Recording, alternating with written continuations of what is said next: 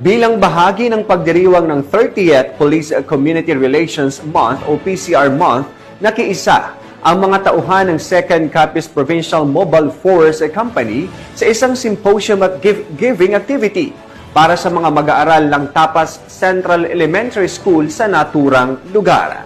Yan ang balitang hatid ni Patrol Woman Charmaine Balunsa. Aktibong nakilahok ang mga kapulisan ng 2nd Capiz Provincial Mobile Force Company sa pangunguna ng kanilang Acting Force Commander na si Police Lieutenant Colonel Francisco D. Pagia sa isang makabuluhang symposium at gift-giving activity bilang bahagi ng ika-30th Police Community Relation Month na ginanap sa Tapas Central Elementary School sa poblasyon Tapas, Capiz na inorganisa ng Vine Baptist Memorial Church.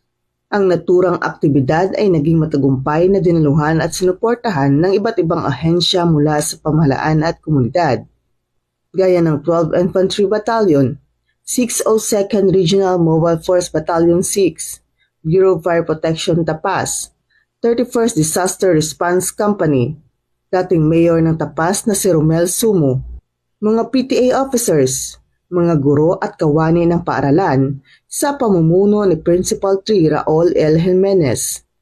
Bukod sa pamamahagi ng mga regalo, nagkaroon din ng pagbabahagi ng kaalaman at mahalagang aral sa mga mag-aaral na nagpalalim ng kanilang kamalayan sa kahalagahan ng pagkakaisa, disiplina at pagkakaroon ng malasakit sa kapwa.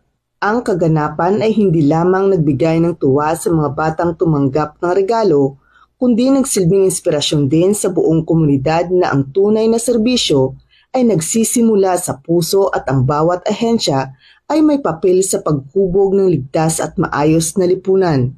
Patuloy na makikiisa ang mga kapulisan sa mga ganitong aktibidad na hindi lamang nakakatulong sa pagbibigay ng seguridad, kundi nagsusulong rin ng mas matibay na ugnayan sa pagitan ng mga alagad ng batas at ng mamamayan tungo sa mas mapayapa at maunlad na komunidad. Mula dito sa Western Visayas, ako ang inyong PNN correspondent, Patrol Woman Charmaine Balunsat, alagad ng batas, tagataguyod ng Balitang Pulis.